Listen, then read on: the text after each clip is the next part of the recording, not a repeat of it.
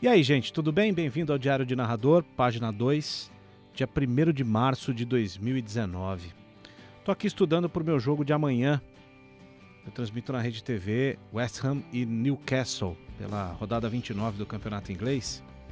E uma das coisas legais de trabalhar com isso é poder encontrar grandes histórias. E eu vou contar uma delas para você aqui, uma história de predestinação. O futebol premia os predestinados. Sempre foi assim, né? E o West Ham, que é um time de certa tradição, mas que há muito tempo não ganha nada relevante, antes do jogo vai premiar um dos seus grandes atletas, chamado Billy Bonds.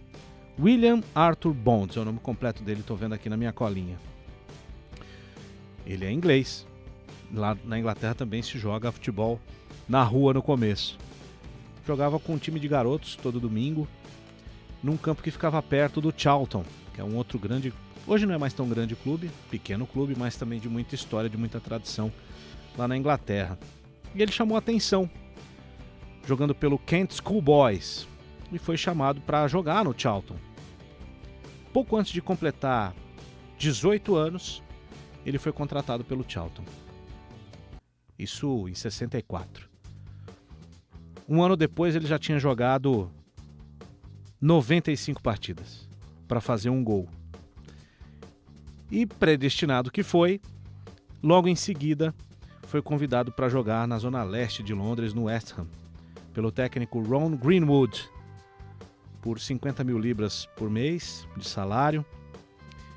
E olha como o futebol é interessante. Na sua estreia, ele jogou numa despedida. Era um jogo festivo de despedida de um outro grande ídolo dos Hammers, que era o Ken Brown. Mais de 400 jogos com a camisa do clube, campeão da FA Cup, campeão da Recopa Europeia, cara grande. E ele estava ali, quis o destino que colocasse o Billy Bonds no jogo de despedida de um dos maiores ídolos do clube que ele estava acabando de estrear. Foram 2 temporadas seguidas depois desse jogo, ininterruptamente jogando todas as partidas com a camisa do West Ham, que é conhecido como a Academia de Jovens Jogadores pela sua capacidade de formação. Foram 124 jogos até que veio a primeira lesão, a primeira dificuldade. Em 70, ele superou essa lesão, como todo jogador predestinado, teve uma outra oportunidade na sua carreira. Ele era zagueiro e o Greenwood, que o contratou, resolveu colocá-lo para jogar no meio-campo, com um cara que faria história no West Ham junto com ele, chamado Trevor Brooking. Com esse cara do lado, quis o destino do futebol, aliado ao seu talento, à sua dedicação, evidentemente, mas quis o destino do futebol que essa pequena mudança de posição colocasse em evidência o talento de Billy Bonds. E aí, foram 13 gols na temporada 73-74. Artilheiro do time, jogador de meio campo, com direito a um hat-trick diante do Chelsea. Em 74, chegaria mais um outro acaso do destino na vida de Billy Bonds. Já com uma dupla consolidada no meio-campo do West Ham, ele ganha como companheiro só Bobby Moore, um dos maiores jogadores de todos os tempos do futebol inglês, campeão do mundo de 1966. Com essa trinca, o West Ham seria campeão da FA Cup de 75 e chegaria à final da Recopa em 1976. Só que no ano seguinte, mais uma vez o destino pregaria uma peça em Billy Bonds. O West Ham cairia de divisão. E como acontece com todos os predestinados, que não tem medo, ele assumiu a responsabilidade e liderou a equipe que vinha da segunda divisão à conquista de mais um título. Em 1980, o West Ham, da Série B do futebol inglês, ganharia a Copa da Inglaterra em cima do Arsenal. E ele, capitão, levantaria a taça. Mais do que isso, com o passar dos anos, Billy Bonds passaria Bobby Moore em número de jogos com a camisa do West Ham. Se tornaria um dos jogadores com mais jogos disputados com a camisa dos Hammers. Em 84, ele resolveu se aposentar. Mas o futebol está do lado dos predestinados, sempre.